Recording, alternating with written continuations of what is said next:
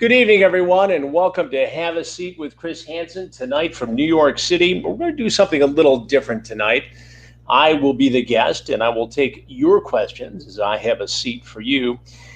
Over the past couple of weeks, and this is no secret, we've alluded to it a little bit here and on social media, there has been a lot of criticism and, quite honestly, a lot of misinformation being peddled by content creators. I know exactly where this is coming from, and I know exactly why, what motivated it, what has continued it, and the reasons behind it. I'm not going to get into all that tonight. I will very soon in a different stream. But I did want to address some of the misinformation that's out there, and I did want to take some questions from everybody out there. So that is exactly what we're going to do tonight. Now, a lot of this has surrounded some of the reporting that we did on the COVID-19 pandemic. So let me just get to that right off the top. There is an audio issue. I mean, what is the audio issue? Pause your other computer. Hang on one second. I am hearing from Ryan that we have a computer issue. Let me just see what's going on here. Has that fixed it? Sorry about that.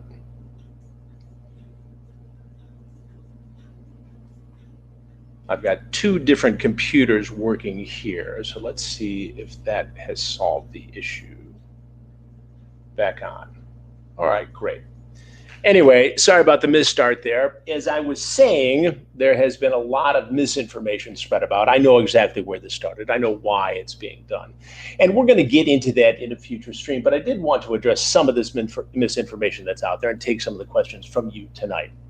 So one of the things that really has been bothersome, I think, is this whole issue surrounding our reporting on the COVID-19 pandemic. We've done 12 or 13 shows. We've done a lot of great work on those shows. We've interviewed doctor teams here in New York City, husbands and wives working in different ERs, facing death in this pandemic on a daily basis, reunited them with their children who they had not seen in a long time, staying with their grandparents at another location.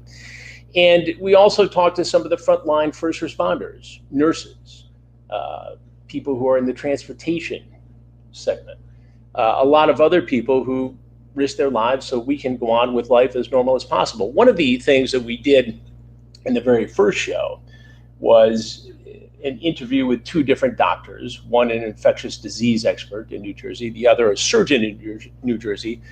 And I thought it was interesting that the surgeon was a medical director for a company that had a technology called nano vapor. And this technology is something that is sprayed. It's a disinfectant. It's put on surfaces and everything from police cars to hospitals to airplanes, all kinds of things. We talked about this, and the doctor is a medical director of the company besides being a surgeon, and we disclosed that. Somehow there was this misperception created that this was a paid endorsement, that it was some sort of COVID cure. And I hear this over and over again, and it's got to be corrected. This was something I thought was interesting. It was not a paid sponsor on the show.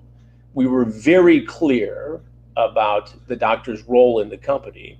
And in fact, this particular disinfectant and disbursement system is being used in a lot of different places around the country. There are different brands, different versions of it, but it does disinfect surfaces.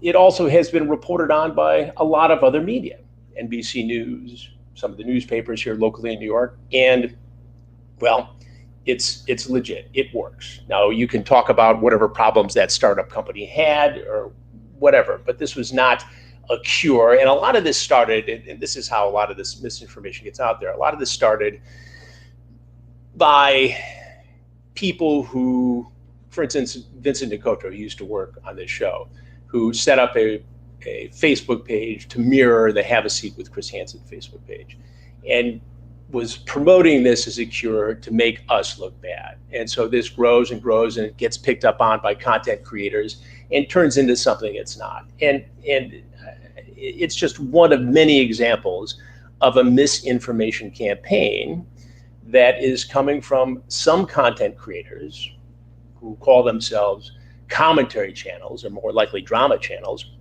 or trying to create controversy to drive clicks and views to their sites. So that's one thing. We have many other things to talk about tonight. So let me go to your questions right now. All right.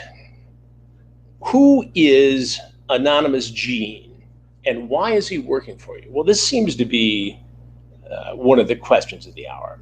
I do not know who Anonymous Gene is.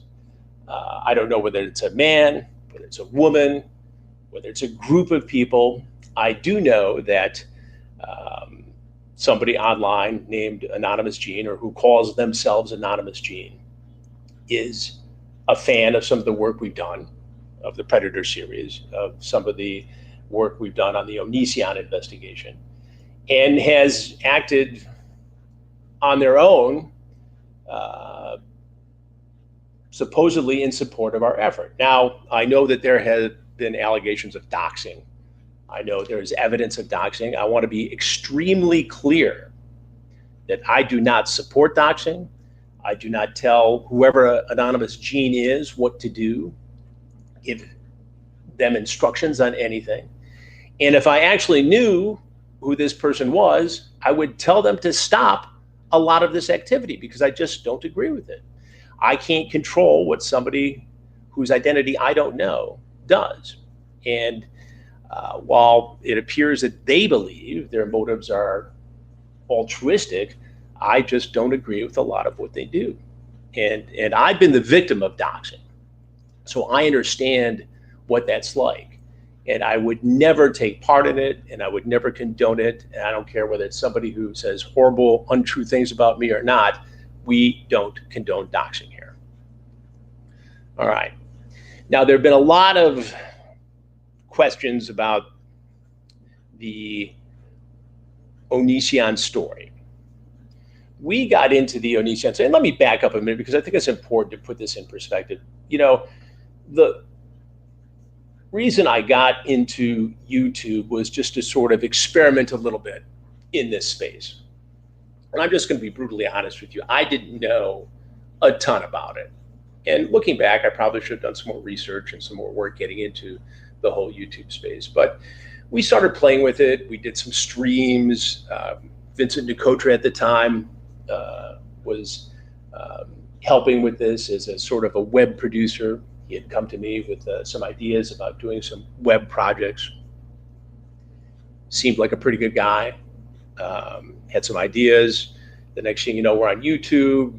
We put some of the Predator material on from the Hansen versus Predator series, and we did some live streams, and you know, some interesting stuff. And that particular first Hansen versus Predators YouTube channel got demonetized. And as best I can tell, and as anybody who's on YouTube knows, you don't always get a clear answer to this, but as best I can tell, we tripped one of the algorithms using words like predator and some other things that just, you know, violated their rules at that moment. So we started Have a Seat with Chris Hansen and made it pretty much an interview program, because we avoided a lot of the copyright issues and just made it straightforward interview. And it was suggested to get into the Onision area, the story. And pretty quickly, we started getting a lot of attention, and it became very clear that it was an important story, that there were a lot of victims and survivors whose voices needed to be heard, and that Greg, James, Onision needed to face some justice here based upon the allegations that were out there. And as you know, we continue to cover the story, continue to try to get an interview with him. We've been back and forth on that, and we'll get into that later on in the stream. But that's how all this started. So the question that I'm looking at right now, what were your motives in selling the Onision story, and do you plan to do the same thing with Davi Vanity? Well, I didn't sell the Onision story. That's not how anything works. How would you even sell the story? It's just not true. That was based on an erroneous assumption on an article that was written that has already been corrected that used those terms. I work on a lot of different projects at the same time, probably a dozen as we speak. When they're ready to be talked about and released, I will talk about them. But you just don't take a story and sell it.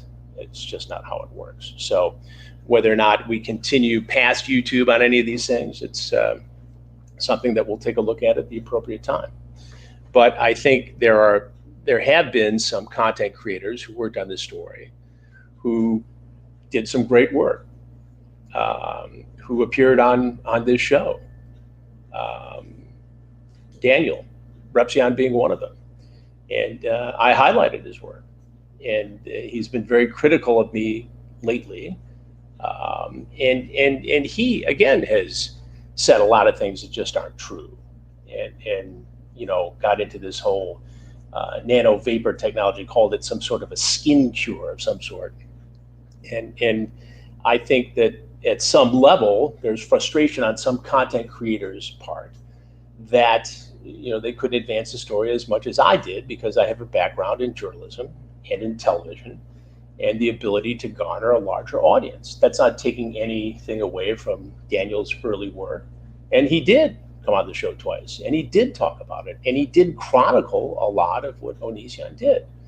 But I believe that I was able to take it to the next level, to go out to Washington State, to knock on the door, to generate a 911 call and police reports and a lot of information. And we had the ability to have some of the survivors come on the show and talk about their experiences. And it did get the attention of law enforcement. And there is an investigation by the Pierce County Sheriff's Department and the FBI. And those investigations are continuing as we speak. And we will update those on the record with people from law enforcement who've already appeared on this show as we move forward. So we're not finished by any stretch of the imagination. As people constantly ask, when are we going to see justice in the Onision investigation? Well, look, it's not like on a TV procedural. There has to be an investigation. There has to be evidence gathered. The evidence then goes to the prosecutor's office, the DA's office, and they decide whether or not there's a case. I don't decide whether or not there's going to be a prosecution. I can bring information forward and encourage authorities to do the right thing, but I can take it only so far. And I have some specific questions about that case coming up here, which we'll get into. What have been some of the most challenging aspects you have faced working online versus the TV format? Well, it's just a different animal.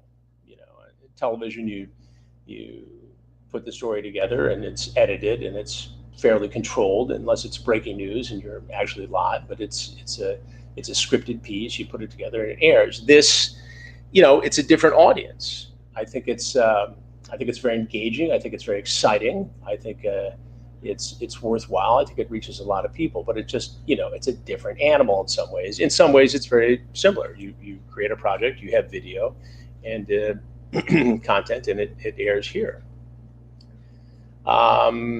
Your thoughts on some of the videos made about you recently? Well, I think a lot of these videos, I think what some of the content creators have done is to do a vast internet search and to take things that are out of context, that have been, look, if you've been a public figure like I have for 40 years, there have been a lot of great things that have been written about me, whether it's Predator or any other of the investigations I've done. And there have been some very critical things, some of them valid, a lot of them not so valid. And, if you go out and you do a search of what's out there on the public record and what's written, and if you take the most negative things and spin them into a false narrative and then take a fancy editing suite to make it look like it's, whiz bang and slick, you're going to get people's attention. And that's what I think a lot of people have done in this case. And, look, First Amendment. People can say what they want, but I'm not going to sit here and take it when it's just not true. And I'll get to a couple things having to do with the Predator case and some things that were said about the Lewis Conrad Jr. case in just a minute. But one of the things that has been brought up are my Cameo videos. Now, Cameo, if you don't know, is a service where people can buy a video, a message. It's meant for fan engagement. It's meant to be fun. Sometimes I do something for charity. A few months ago, Cameo and the Cameo content creators did a fundraiser one Saturday, and for COVID-19 related charities, and we raised $720,000 literally in a matter of days that were donated to COVID-19 charities. I think that's great. Now, the Cameo rules are very clear about not being advertisements and having certain restrictions on them. Early on, doing the Cameos, a couple prank requests came through, one of which involved something called the Escobar cell phone. Now, I did the video tongue-in-cheek, taking it as a joke. Apparently, upon further review, there is somebody out there trying to sell something called an Escobar phone. Some content creators tried to make this look like somehow I backed a real product. I backed Pablo Escobar. That couldn't be farther from the truth. I covered the cocaine wars in the 80s and 90s. I was in the jungles of Bolivia with the DEA raiding cocaine labs. I know firsthand what these drugs can do to society and the battle that's being waged against them. So any notion that I somehow support Pablo Escobar, what he did, is just absolutely foolish. It was meant as a joke. There was another prank video that came through and it was done on purpose by one of the content creators to try to make me look foolish. And it came through as a very nice, heartfelt message to the LGBTQ community. And I did it. And it was edited later and taken out of context to make it look like that community supported MAPS, which is a group that apparently promotes minor attracted persons, adults who engage in pedophilia. Do you think I would really support that? And to suggest that, again, is absolutely ridiculous. But if you really want to take advantage of something that's meant for good, that's meant for entertainment, that's meant for fan engagement, that allows me to be funny sometimes or to try to express my sense of humor, then, that's what they did. And, there's no intent to do anything that would fool people or to do. I mean, it says right there in Cameo that they're not meant to be advertisements. So, there have been one or two pranks that have sneaked through, but generally speaking, I think that they're fun, and I think that they're a great way to talk to fans, to wish somebody happy birthday, to mark an anniversary or an occasion, and it's a totally legitimate way of communicating with people who've watched me for many years. So aside from the couple pranks that got through, I enjoyed doing it. Chris, do you think Onision will ever be tried on anything, or was there not enough evidence to have him properly see any jail time? As I mentioned, the investigation is ongoing. Investigation into his relationships with underage women, both online and in person. The FBI has a computer and cell phones from one of the survivor victims, in this case, Sarah. And there is evidence to suggest that there is, some very incriminating material on those phones and on that computer. They've done an imaging scan of it. And, I think part of the reality here with this investigation is that Washington State, that area, has been hard hit by both COVID and the protests that have resulted from the George Floyd murder. And it has slowed down a lot of the other investigations, including the one into Onision. So we shall see. It would appear that they're taking it very seriously. I think we'll get a better handle of this in the weeks to come. And I will stay on top of it. But, again, we have to let the legal system do its work, and it will. Chris, have you heard anything from Davi Vanity, the former frontman of Blood on the Dance Floor, who we've been investigating, and we've talked with a number of his victim survivors in that case as well. I have not heard from Davi Vanity. I have reached out to the best numbers I can find for comment. There's some indication that he sometimes comes into the chats and monitors things, but I have not. And I have extended an offer of an interview, as I have with Onision. And initially with Onision, and I've faced some criticism on this too, and I guess I'd like to talk about that for a few minutes too. We initially reached out to have Greg James appear on the show. He demanded $350,000. We went back and forth. He wouldn't do it. In January of this year, I knocked on his door. He called the police. We could have done something then. Later, at the height of the COVID-19, he challenged me to an interview live. We went back and forth on how that would go, if we could do it. And ultimately, in the course of it, and I do want to do that interview, but in the course of it, the way it was going to go down, there were a lot of issues. Issues of responsibility, issues of editorial control. And I still think that this is an interview that needs to be done face to face, because I think he'll try to make a mockery of it. Excuse me. If it's done, remotely. And so I think he picked an opportunity when he knew nobody could travel to challenge me to that interview. And ultimately, I had a discussion with a number of the survivors who didn't want to see that mockery and that scene that we felt sure that he would try to make. I mean, he did it with Blair White. He's done it with a lot of other people.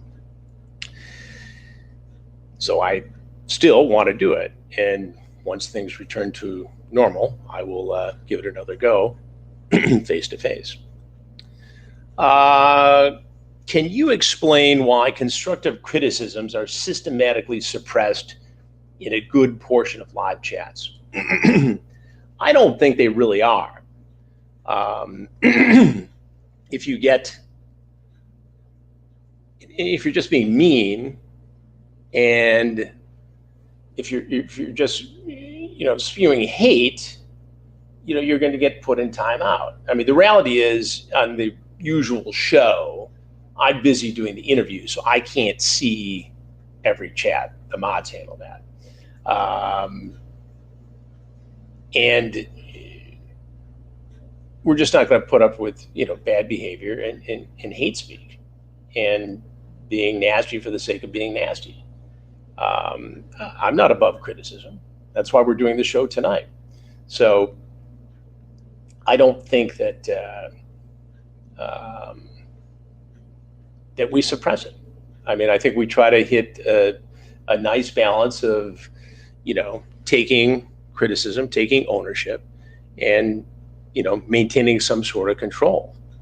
And look, I get that I'm a lightning rod for a lot of different reasons. There are a lot of people who are resentful that I'm in this space in the first place, that I'm a TV guy who doesn't belong on YouTube. There are a lot of people who, are critical of, the high profile investigations for a lot of different reasons, who think they should have been done differently, or, a lot of things. I mean, I've never picked the easy stories to do. So I'm used to dealing with that. But I don't think we try to hide from criticism one bit. Do you think anything specific on what will happen to Colleen Maxwell? That's the in the Jeffree Epstein case. Colleen Maxwell was arrested recently and accused of helping Epstein in his human trafficking of young women over the course of many years. I don't think it's a slam dunk case, believe it or not. I mean, I think she's in trouble. I think what she did was horrible, if the allegations are true, and they certainly appear to have a lot of merit. But I think that, this plea bargain that Epstein accepted, which is supposed to ensure others from being prosecuted, obviously they found a way around that, could make it difficult. And I think it's going to come down to, realistically, how much she's willing to share of what she knows. I mean, there are a lot of names that the government has of people who are involved with Epstein and some of this activity, from Prince Andrew all the way to, President Clinton to many others. And I think she holds the key in many ways to what happens to her based upon how she cooperates with authorities. So it'll be interesting. I've always said that, among my greatest regrets is that, early on, we didn't get more aggressive with the Epstein story. I think that, when I had some insight into it 10 years ago or so, we tried to fashion, a sting operation close to what we did with the Predator investigations. And it just was difficult to do. And I got busy with other stories, and a couple other media outlets like the Miami Herald just kept chipping away and chipping away and chipping away. And ultimately, because of that reporting, he was arrested and prosecuted. And I think that's the lesson here, and what we're doing with the Onision case and the Davi Vanity case, and what we'll be doing with others. Did you have anything to do with several drama tubers being suspended from Twitter? There's been all kinds of speculation about that. And the truth is, I don't have any special connection at Twitter. I think there were some legitimate cases of harassment of me and others by some of these content creators, drama channels. And when there was, or when there were violations of Twitter guidelines and rules and TOS, they were reported. And Twitter does what Twitter's going to do. I mean, if anybody did anything to anybody who was suspended from Twitter, they did it to themselves. But I have no special connection with any of the higher ups at Twitter. I mean, I'm on Twitter just like everybody else, but I tend to follow the rules with it and not use it to harass and abuse, which is what was going on there. And so this notion of Chris Hansen called somebody at Twitter who we used to work with, who was with Perverted Justice in the early days of To Catch a Predator. I mean, that's just ridiculous. It didn't happen, couldn't happen, and nor would Twitter do that. I mean, my belief is that you really have to go pretty far to really, impersonate somebody or to be doing something that violates the rules for them to suspend you. And that's what these creators did. And so they paid the price. But aside from reporting what I thought was harassment in a couple of cases, I have no special power there. Can Chris explain why Baked Salmon, Westmost, and Mr. Gigi were struck with copyright infringement? Yeah, I can, and I regret that, quite honestly. And this showed my lack of YouTube knowledge in the early days of what we were doing. And I hate to sound like a guy who's going to blame everything on Vincent DeCotra, who was, a web producer at the time. But the truth is, I wrongly relied on him for too much, thinking that, he was doing the right thing in some cases, and he wasn't. And that's on me. And I took ownership for that when, I parted company with Vincent. And, As best as I can tell, Vincent was trying to figure out YouTube as well, and actually got some help from Phil, Big Salmon, and Wes Boast, who's sort of become a friend, I guess. We've collaborated on a couple of things. I think he's incredibly creative, and I have a high level of respect for him. And there came a time a little more than a year ago when Vincent came to me, and we had just suffered a loss in the family, and I was busy, funeral arrangements and things. And he said, "Look, these people are attacking us. We need to defend the YouTube channel, and there's something called copyright strikes." And he explained. I said, "Well, is that the right thing to do?" And he did it, and it was the wrong thing to do. And I, to the best of my ability, withdrew those strikes and tried to make amends, and I have. If you ask Phil or you ask Wes Most, anybody else, I think they'll tell you that I learned from that mistake, and it was the wrong thing to do, and I let Vince do it, and I regret that, and then I've apologized to everybody involved.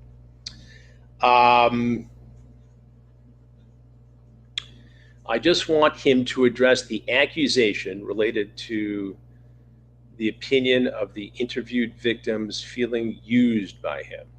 I guess that means me, the survivors and victims feeling used. Well, look, I have nothing but the utmost respect and have treated the survivors with the utmost respect and tried to the best of my ability to give them a voice on this show, and tried to support them and guide them as much as ethically possible in all ways.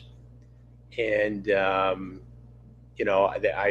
know there's a question in here someplace about Sarah's laptop and cell phones and how that situation went down. And so let me just take a minute to dig into detail there. When Sarah appeared on the show very bravely and courageously and told her very important and dramatic story about her relationship with Onision and Kai, we had a conversation. It came up during the interview, and we had a conversation later that she had pictures and texts on a laptop and a cell phone or two that could be relevant to the story, both editorially, journalistically, and later it became apparent perhaps as evidence in the case. Vincent volunteered to Sarah, and I wasn't in on every conversation, but this is my understanding, to take a look at the laptop and the phones and see what's on there, and see if there was anything of value. He took a look, and I told him, I said, "Look, if you see anything in there that is evidentiary, stop. Don't mess with it. Just give it to authorities." And he became anxious about it, and as far as I know, he didn't go any further into it. So I began contacting the FBI to get this laptop and the cell phones to the proper authorities. It took forever. I don't want to blame the FBI. I guess looking back, I could have done more, but I aggressively pursued this. I called the FBI in New York. It became clear that it was better to deal with the Detroit office. I got through to the Detroit office, where I worked as a reporter for 10 years. I was referred to another office in a smaller town in Michigan where Sarah happened to live at the time, and was able to make contact. And ultimately, Sarah brought the computer and the cell phones, which Vincent had sent back to her, brought them into the FBI.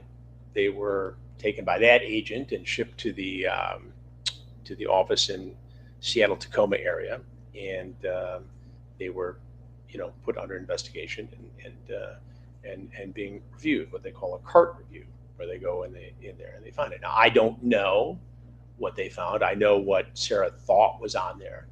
I think there was some incriminating evidence, Kai and Onision, and so.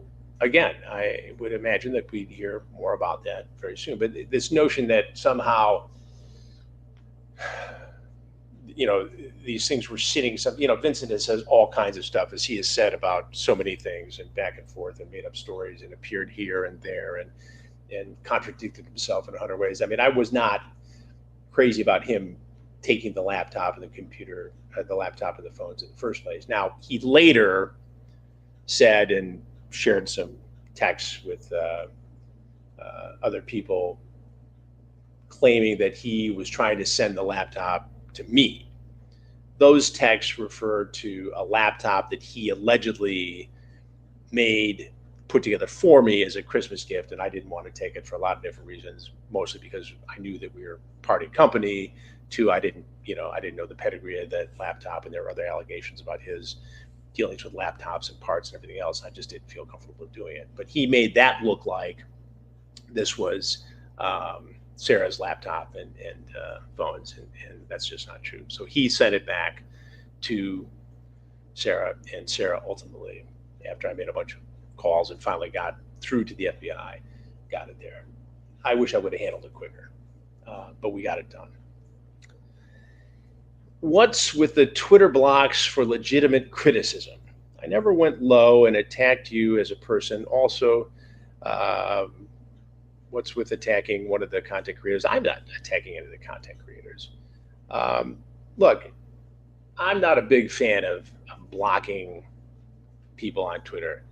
It became necessary because there were so many sock puppet accounts. And so many of them link back to some of the content creators who have been just ginning up a false narrative to get attention for themselves and to hit me with some of this stuff. And if you're going to say something that's just mean or something that I feel constitutes harassment, then I have no problem blocking it. Or if it's a sock puppet account that is being used to harass or to spam content that is negative, and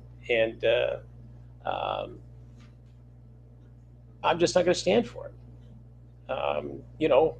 People block me because they don't want me to see what they're doing. I've never attacked anybody or been overly aggressive with it, but I'm just not going to put up with it. If it's harassment, I don't have a problem blocking it. If it's a bot or if it's somebody that's just a sock puppet account being used as spam, then I have no problem blocking it. But that's not somebody who's just being critical. I take criticism all the time.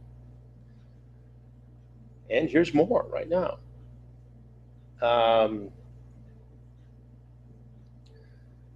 Repsian gave money to ask if I said anything about his girlfriend. I don't know anything about Repsian's girlfriend. I know there's a dust up with another content creator over some stuff. There was something that was said that was by some of the people who attacked that content creator that was borderline racist, and I stood up for Baghdar, dramas and opinions. But I know nothing about Repsian's girlfriend. I don't know why people would think that I would say anything. I just, never texted anybody about it, never had anything to say about it. So I don't know. I don't even know why that would be controversial.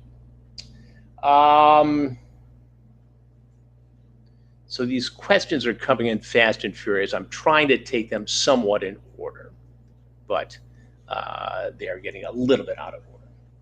What are the rewards for donating to your Kickstarter campaign, Chris? I assume that's where are the rewards for donating to your Kickstarter campaign? It's been over a year. Well, the Kickstarter campaign was well over a year ago. And, there's another example of something that was taken way out of context and just misinterpreted and used in a misinformation campaign by some of these drama channels, these content creators. The Kickstarter story is very simple. We set out to get attention to do Hansen versus Predators and to raise funds to go do it. We had a very successful Kickstarter campaign. I think it raised about $88,000, and then the agents take their cut, Kickstarter takes a cut. So I think at the end of the day, it was around $64,000. The budget for that production was closer to $400,000. Every penny that was taken in by that Kickstarter campaign went to produce that investigation in Fairfield, Connecticut. And we made the movie. I had a lot of money invested into it. Some of the other production partners were involved in it. And we shot the investigation over 3.5 days. 11 guys walked in. I confronted them, and we put the show together. We put a pitch reel together. We took it out.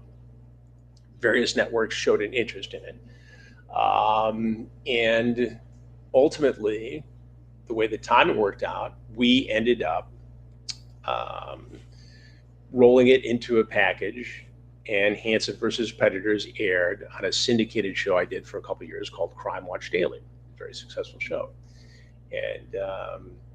And so Hansen versus Predator was a part of that. And that just was the best way for that production to get attention. But every cent that was collected for that purpose went into the production. Now, on the subject of rewards or awards, there were some hiccups getting mugs and T-shirts and some of that stuff delivered.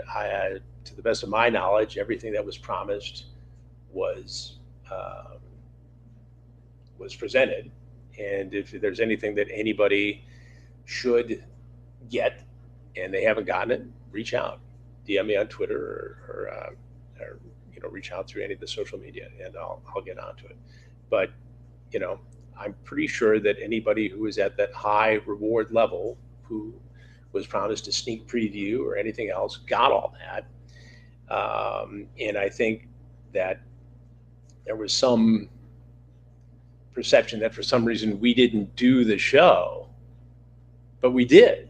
We shot that thing, and it was way more expensive than the money we raised in Kickstarter. Trust me, because I had a lot of skin in the game on that. We made the movie. The money was donated to do the show. We did the show. Now, there were hiccups along the way, learning how to get the rewards to people. Absolutely. Learned a lot. But the most important thing to remember there is that money went to that production, which was completed.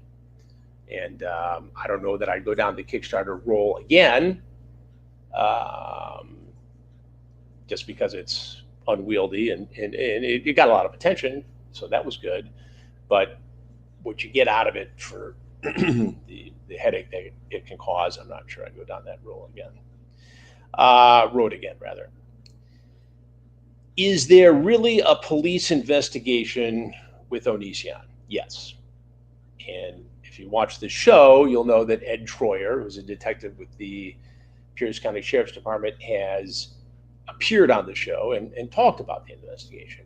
And there's even a tip line set up for an email for the Pierce County Sheriff's Department if you have information. And information has come into that tip line, and it is being investigated as we speak. Address the Goon Squad and what you meant by it. Is it Goon Squad or Goof Squad? I don't know. Anyway, the Goon Squad was something I said when a group of content creators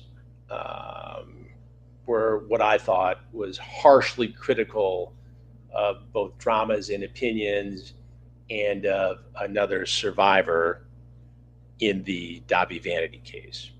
And I know the Dramas and Opinions is a fairly experienced content creator, and I just thought that she was unfairly treated, and so I stood up for her. I think in the case of the survivor, Noah Love, she went into what ended up being a lion's den, and she was abused by some content creators, just plain and simple.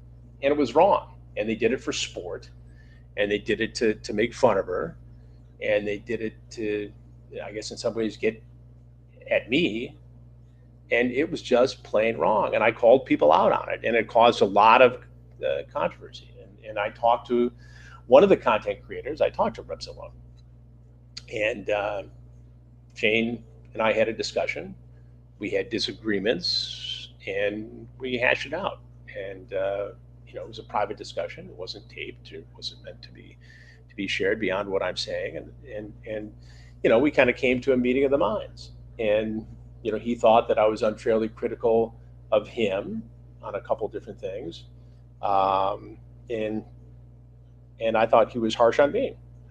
and we discussed it, and on some things we agreed to disagree. But I think he's a good guy. I think a lot of the content creators are good people, but there are some who are just out there just to churn and churn and churn and create a misinformation campaign, and they use bots and sock puppet accounts, and it's all about getting views on YouTube.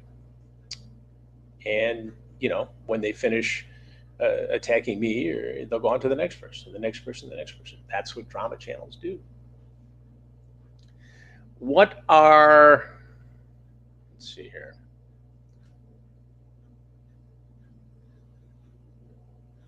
Does Hansen pay any staff? There is revenue that comes into this YouTube channel, although the first big chunk was missing when Vince went away. That's a subject to be addressed by the police as that case continues. But yeah, there's some revenue that comes in, and it goes to basically run the operation as best as we can. I have a very professional producer now who works out of Detroit, Ryan Jones, and keeps it all together. We have a great group of mods who are dedicated and sharp and do this for no money. And they do it because they believe it's a good show, and they believe that in the mission. And words cannot express how much I appreciate what the mods do for the show. And it's often a very thankless job with a lot of criticism and no pay. But I appreciate it. We couldn't do it without them. You had previously stated it was unethical for you to give money to the victims even when you were receiving thousands of dollars in donations directly addressed to them. Was it unethical? Well, first of all, there's no such thing as receiving thousands and thousands of dollars directly related to the victims. It is difficult. I mean, ideally what you would do, and what we are trying to do and trying to figure out, is to figure out a way that you could set up a fund, or you could have counseling available for survivors and victims. And we're in discussions now with some therapists and some therapy services to see if we can do that. I mean, ideally, what I'd love to do would be to get some sort of a trade out with one of these therapy services, and have some of the survivors have access to that and be able to seek therapy. Because I think the common thread here of all the survivors who appeared on the show is that therapy is an incredible part of recovery. And I think while it's been very helpful for some of the survivors to come on the show and talk about their experiences, I think that it would be good to get people some help, and I'd like to figure out a way to do that. But to suggest that for some reason thousands and thousands of dollars have come in that was earmarked for victims that didn't go there just isn't true. I mean, we've had a request that I'm aware of that super chats go to a charity, and that happened or is happening, and that's not a problem.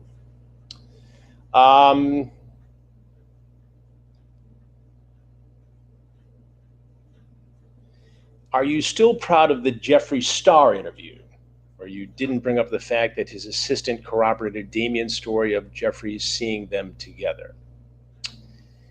So the Jeffree Star interview, in some ways, was a no-win situation, because there were people who were not going to be happy no matter what Jeffree Star said. To me, and we did raise the Damien Slaughter, the Jesse Slaughter, Damien Leonhardt case with him, and he addressed it. We also raised, the issue of allegations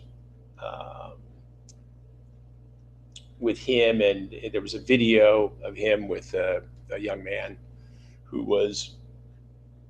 Some people took the video to suggest that there was some sort of a sexual assault. And when you look at the video, there was ultimately no evidence that, in fact, that happened.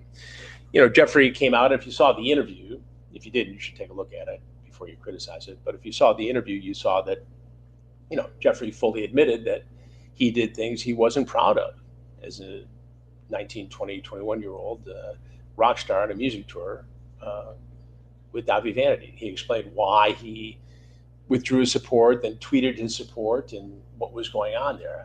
I guess no matter what he says, there are going to be some people who just aren't satisfied with that explanation.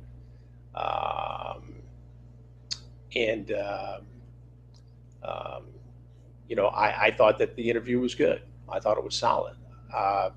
Anybody can beat the heck out of somebody in an interview for those dramatic moments, or you can try to conduct an interview to get the most information out of somebody you can get.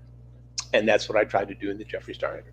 And I went into that knowing full well that some people just weren't going to be satisfied no matter how it went. And he didn't get any special treatment. I asked the questions I thought were important. There were a number of content creators who suggested that they had better questions or that they would have conducted an interview differently. That's fine. I respect that. But I did the interview that I thought was appropriate with Jeffree Star. And I think he answered a lot of the questions. Will we ever know the exact truth, what went on in that tour? Do people even remember what went on in that tour? We don't know. But I think it was a good interview. The internet is a complicated beast. Has your transition from TV to the internet been going well? Are you feeling in a good spot to continue your projects? Will we see new projects? I think some people have misinterpreted me being on YouTube as, transitioning from television to YouTube. I mean, I have a number of television projects right now. And at the appropriate time, I'll announce them. We finished shooting one of them, right before the COVID shutdown in March. And, we'll have news on where that's going to appear and how that's going to go soon. But it isn't an either or proposition. I'm going to continue doing the work here. And I'm going to, continue to try to do better at it. I've often said, look, I'm not a YouTuber. I'm a reporter who has a YouTube show. It's different than some of the others. I think it's good. I think I learn more about it every week. I think it gets better. I hope it gets better. And we'll continue to work on that and try to make it better. Why did you... I don't know what that's about. That doesn't even make sense.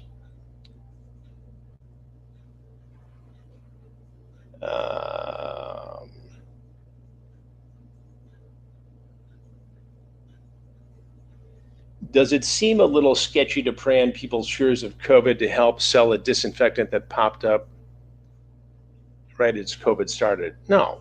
It was a technology that interested me, that a doctor was involved in, who was also a surgeon practicing medicine at a very challenging time. And he was on with another doctor who was the head of infectious diseases in an area that was ground zero. No. And we disclosed everything that was involved there, and the fact that he was a medical director of that company. But it's no different than talking about vaccines or any other disinfectant or hand sanitizer or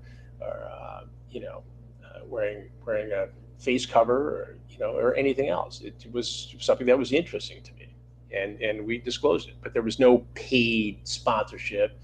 I got no financial incentive to do that. It was just interesting to me. And as I said, it was one of 12 or 13 shows we did on the pandemic. And I'm very proud of all that work.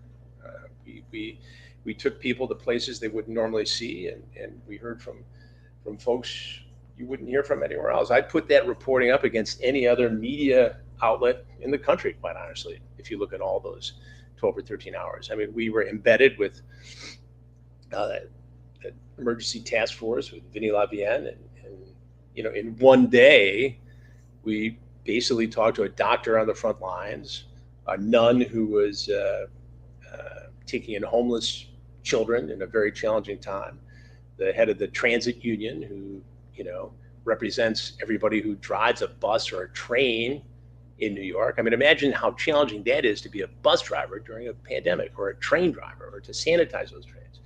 We talked to the head of the union or the vice president of the union for the paramedics, where these guys are just, men and women were just overwhelmed every day. I mean, yeah, those kinds of guests appeared at other shows around the country covering the COVID-19 pandemic. But, I'll put that reporting up against anybody else's in the business.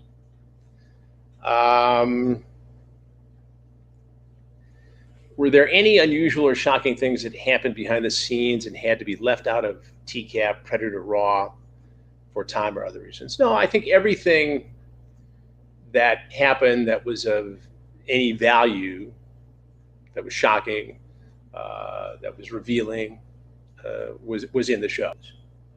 Nothing was held back. There was no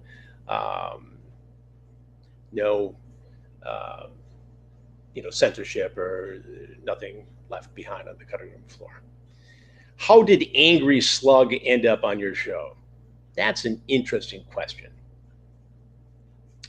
And, look, he surfaced and reached out and was in the Discord and had some interesting information on Onision. And, people made it out to be that I, said that I had some master hacker who did this or that. No, he's a young guy who had an interesting piece of the story, I thought. And I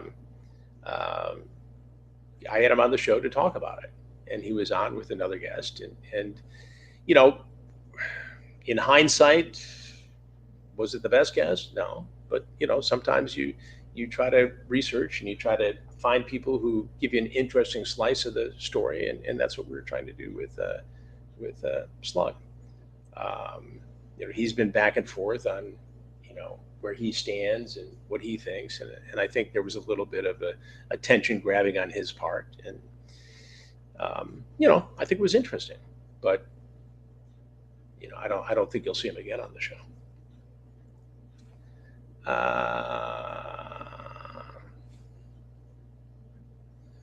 What are your prerequisites for being a partner on your show? I don't have any partners on the show, so I don't even know where that's coming from. But there's no paid sponsorships. Nobody pays to get on the show. Just doesn't happen. What is your current status with Repsion? Have you two talked since his last video accusing you of various things? No, we have not talked. I ironically called him several weeks ago before all this started, just to talk and catch up, and he never got back to me. And then he called a couple times after that, and just we haven't talked. And look, he took cheap shots, I feel, and he took information that just wasn't true.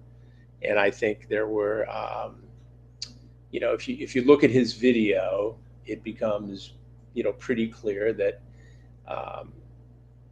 and I want to be careful about this because he did appear on the show and he had chronicled a ton on Onision. But I think there were some issues there, and he takes off on me for all these different things that I don't think are legitimate. And I think that there's some frustration that he could only take that story so far, and I was able to take it farther. And this criticism over the cameo, he does cameos. He's on OnlyFans showing pictures of his feet with marshmallows. I don't criticize him for that. I mean, it's not my thing. But I mean, who's he to criticize me for doing fan engagement on Cameo? At least I put thought into them. They're clever. I mean, yeah, a couple of hoaxes, but I mean, generally, I'm pretty proud of what I do on Cameo. Very proud of what I do on Cameo. Chris, why is Gene still doing your bidding? I know there's a lot of questions about this, and I answered earlier in the show, but people are still asking. I don't know who Gene is. If I did, I would tell him not to do a lot of the things he's done. what his actual motivations are, I don't know. I have no control over him. It's frustrating to me too. But anybody can take a look at texts, real or not, and I just don't have I don't have any control, or I don't for me to say that, for anybody to say that he does my bidding, it's just not true. He does what they do, whoever he is. Again, I could not be more clear that I don't condone doxing or going after people's family members. I've had it happen to me. I don't publicize this, but it's a matter of a criminal investigation right now. It's vicious, horrible doxing. It's not fun. All right, let's talk about this John Crisani situation. There is occasionally I will do video projects that are a little different than the traditional journalism. I've done a handful over the years. I've turned down a lot of them, way more than than I've done, obviously. And some questions came up in one of the content creators' video pieces about John Crisani. I was approached by a producer I'd worked with at Crime Watch Daily about doing a video project, and journalists do this all the time. And one of the people interviewed for a product being sold was John Crisani. And he has helped a lot of people. And along the way, his products, his methods have been controversial. And that happens. But I think he has helped a lot more people than he has detractors. There was research. The Wall Street Journal had done a profile on him. He's a colorful character. That doesn't mean that he's not allowed to sell a product that has helped a lot of people. And those are legitimate video projects that I have worked on. People will say, well, it didn't help me or whatever. But again, this is another example of somebody taking a little piece of something and twisting it into it. So one of the content creators said it was a scam. Well, it's a scam because they said it was a scam. What research did they do? Yeah, it was. He's a colorful character, but he's helped a lot of people with his projects, and he's done well in some aspects. Not everybody is satisfied with his products, but I think on balance he's done way more good than he's been controversial. Edwin said you worked with Gene. I never said I worked with Gene. That just doesn't happen. I didn't. I've never reached out to Gene and given him instructions or told him what to do or anything else. And anybody who suggests that just doesn't know. Whatever Gene's agenda is, he pursues it. It's not on my behalf. You were quoted as saying that you believe members of the Goon Squad had committed crimes against you. Look, I think that there was harassment there. I think there was harassment. I think there was a misinformation campaign.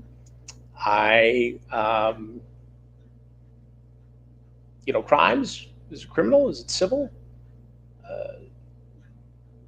It's criminal what they did in terms of taking a narrative that just isn't true and spinning it into something that they made look absolutely horrible. And again, I've been at this for a long time. I get that I'm a lightning rod. I get that my reporting is outside the box. Some of my video projects are outside the box. But these vast generalizations and this, and I'll give you a great example. So one of the things that was brought up in one of these videos is the whole Louis Conrad Jr. incident during one of the Predator investigations, we did an investigation in Texas outside of Dallas. And in the course of the investigation, a guy surfaced,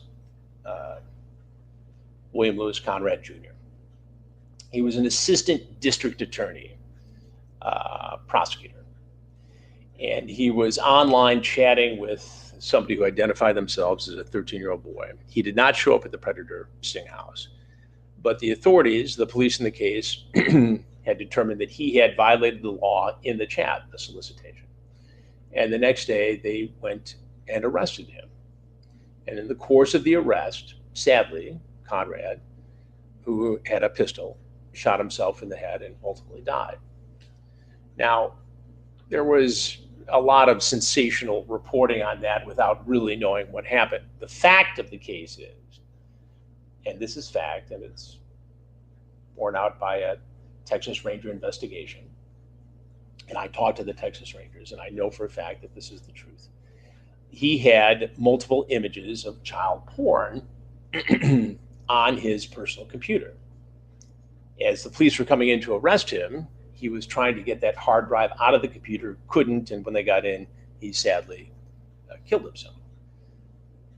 Now, as an assistant district attorney in Texas, he knew that he faced up to 10 years in prison for each of those images.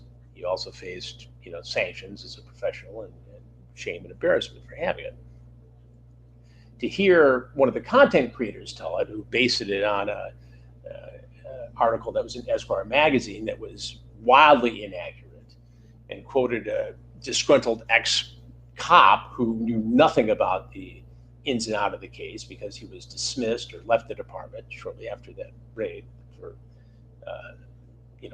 his performance, to make it look like the content creator in the piece made it look like that we stormed in and that we somehow created the environment where he committed suicide. Well, that's not the case. The police acted on their own. They had no pressure from us. We were there to cover it. And when it happened, we went on the Today Show the next morning and told the story very openly and honestly. It's terrible. It's a terrible tragedy. You never want to see that. Now, there was a lawsuit filed after that by Conrad's sister, and it was ultimately settled. Now, we would have won that lawsuit, I'm confident. But the decision that NBC was made at the time, and there's certain non-disclosure things that I have to abide by, but the decision was made at the time to settle it for far less than what was being asked, because if you settle a lawsuit, you avoid having to have all the people who work on the story spend time in court and depositions and everything else. And when you settle a lawsuit that way, the money comes from an insurance policy, whereas if you go to court and fight it for months, that money comes out of the news budget. Now, nobody who was involved in the story liked the decision at the time to settle, but that was the decision that was made by NBC News executives and by a parent company, General Electric, at the time. I think looking back, it was the right decision. But to suggest somehow that ended the Predator series, which it did not, we went on and did several other Predators afterwards, or that led to me leaving NBC, it's just not true. Everybody wants to hang everything I did at NBC on the To Catch a Predator series. The Predator series, I know it gets all the attention and it's become iconic for all the reasons, and I'm very proud of what we did. It raised awareness and created a dialogue that didn't exist before. But I think, people forget that I've got a whole lot of other work I've done. Predator is probably 5 or 10% of the portfolio, and that it's important, but I've done a lot more than that. So to suggest that was the downfall because Lewis Conrad decided to commit suicide, it's just not true. And again, it's an example of this false narrative that's being spun up. It's easy to identify with. It's easy to spin. It's easy for people to take and sell. There were some other articles besides Esquire that also reported on it, and they reported properly that in fact that there was child porn found, and that was most likely, we never know what was going on in Conrad's mind, but that was most likely behind his unfortunate decision to take his own life. And there's much more story to that too, in terms of the way the court case went down and the judge and what was going on there, but I'll save that for a different day. Let's see. We talked about that. You stated you were going to be working on getting mental health treatment for all the people involved with Davi and Onision. What is the plan? What are you working on? I talked about that earlier. I do think it's important. I wish it was as easy as just that. I still think the best way to do it is to create, people talk about a trade out or sponsorship. The only way, or I think the best thing to do, and a sponsorship of this show that I would be wholeheartedly in support of, would be to have one of those Better Health or one of those online therapy, which a lot of people, some people think that it's too one size fits all. I've talked to a lot of people who really like it, some of the survivors included. And I think the best thing to do, and I just have to get the mechanics down, is to say, all right, look, you can sponsor, have a seat with Chris Hansen, but in exchange, you provide X number of hours of therapy to survivors who appear. Now, how do we parcel that out to each survivor, and how do we prioritize that, and who is in charge of that? And those are difficult questions that need to be answered. And I don't have the answers at this moment, but I do think it's important to do, and I have this discussion all the time, and I promise you that I will, come hell or high water, figure out a way to do it, because ultimately I think that's one of the most important things we can do on this show. And we know that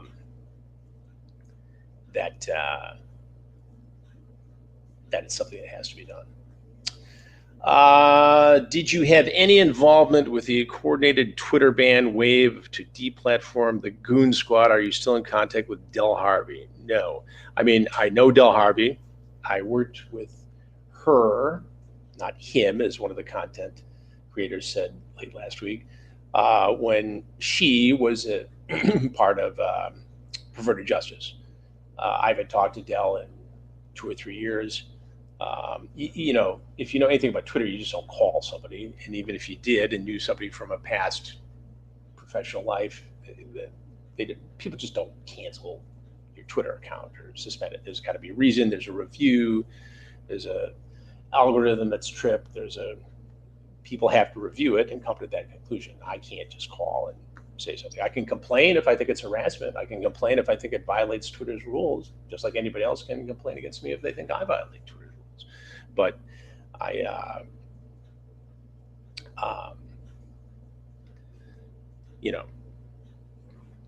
don't think that you just don't do that. It's just not true. All right, let's do a couple more. It's become very clear that a lot of people have a lot of questions, and we'll have to do this again. Let's see.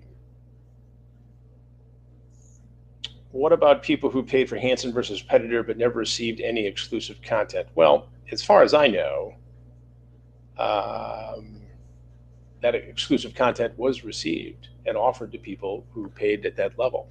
If that's not the case, well, we're going to do more Predator investigations before too long. So we'll somehow have to make that up if in fact that's the case, and you can reach out to me.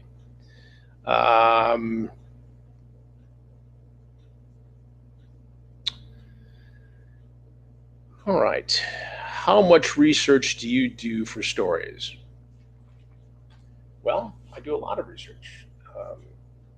I talk to people. I think they're, we do pre-interviews. We check backgrounds.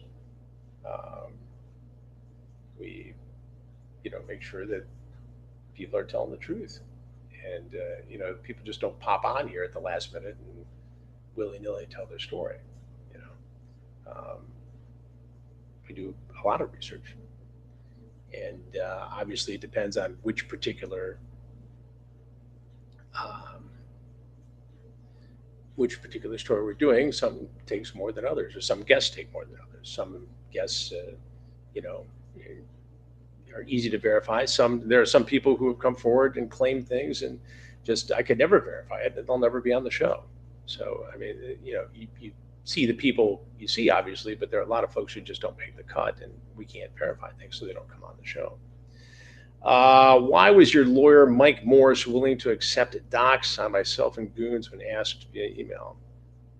I don't think that happened. I haven't discussed it with Mike, but I can't see any set of circumstances that where Mike Morris, a lawyer in Detroit who is affiliated with this show, would accept anything like that. Will you consider paying or employing people that work with you, who work with you? I strongly believe doing this will help avoid mistakes, perhaps also take accountability instead of blame shifting. Yeah, sure. I mean, obviously, if we continue doing this and it continues to grow, we need to add on staff and people and make this machine. I mean, the reality is we've done 2 crime/predator type stories on this show. We've covered the George Floyd murder. We had George Floyd's family on. We've covered COVID. But, at some point, the investigations will run their course. We'll take a look at new topics. And yeah, it's going to take a staff bigger than what we have now. And that's a good point. You can't run an all-volunteer army forever. And I'm going to have to address those issues. And we're going to need to, I have some ideas as to who can be involved in that, and I'll continue to explore that. But yeah, that's got to happen because it's too hard to put this show on every week and really get ahead of it. I mean, I'd like to see a situation where we're way ahead of it in terms of reporting, and we have producers. I mean, my ultimate idea is to have other on-air talent who will be out in the field doing some of this too. But we are going to do more traditional predator investigations coming up, and quite honestly, we have that in the works, and it's just been stalled because we haven't been able to do it logistically in the pandemic. I can tell you that we have a very important show coming up next week on human trafficking, and the 2 survivors, one of whom I just was put in contact with a few weeks ago. The story is absolutely stunning, eye-opening, and something that you need to see. And we'll have some law enforcement involved in that too. But both 2 survivors, and just coming off of National Human Trafficking Awareness Day last week, I think it's important to take a look at that. We're going to make that a fundraising show too, so that you can do your part to donate to some causes that really do a lot of great work on all of that. All right, so I want to appreciate and thank you for being a part of this tonight. I'm going to go the round robin with my team here and make sure there's nothing we haven't covered. I know there are more questions that people asked. Okay, here's one that keeps coming up. Theo Vaughn, who's a podcaster. I appeared on his show, and people keep saying that I owe Theo Vaughn money. I don't owe Theo Vaughn money. There was the podcast paid for me to fly out there and my hotel. There were some charges that went to the show that should have gone to me. I talked to Theo and offered to take care of it, and it was taken care of by the show. But that's just ridiculous. Like, what, I'm going to stick Theo Vaughn for a meal at a hotel? Come on. I've talked to him about it. There's no issue there. All right. Well, I think that about does it. There are other things that I want to get into, and I will. One of them, quite honestly, is people take a business situation that occurred more than a year ago that I cleaned up, that was involved with a business partner who, got involved in a situation I was unaware of, I should have been aware of, and we got it cleaned up. There were some tabloid reporting from 10 years ago. It wasn't true then. It's not no more true now, but some of these content creators have dredged some of this stuff up, and look, I'm just not going to get into every little thing that these guys raise. I mean, you live a public life, people are going to say things about you, and you can pick that apart and create a false narrative or raise unflattering things. And I've not always been perfect, but any issues that have been out there have been corrected or are being dealt with. And this narrative that, somehow people can take advantage of that, and that, I'm out doing things just for the dollar, is just not true. I mean, there are a lot of things I could be doing that I don't do for that very reason. So anyway, it was great to be able to answer some of these questions, to be able to talk honestly with you guys, to, have a seat myself for a change. And we'll do it again, because I know I've barely scratched the surface, and people like this. And I'm sure that some people will feel that I didn't get to their question, but I think I covered the vast majority of them. So anyway, thanks for being a part of it tonight. Thanks for tuning in. We'll see you next week, as I said, with our special on human trafficking. Our investigations into Onision, Davi Vanity, will continue. We'll have updates on those next week and the week after as well. So you take care, stay safe, stay healthy. Thanks again, and I'll be watching.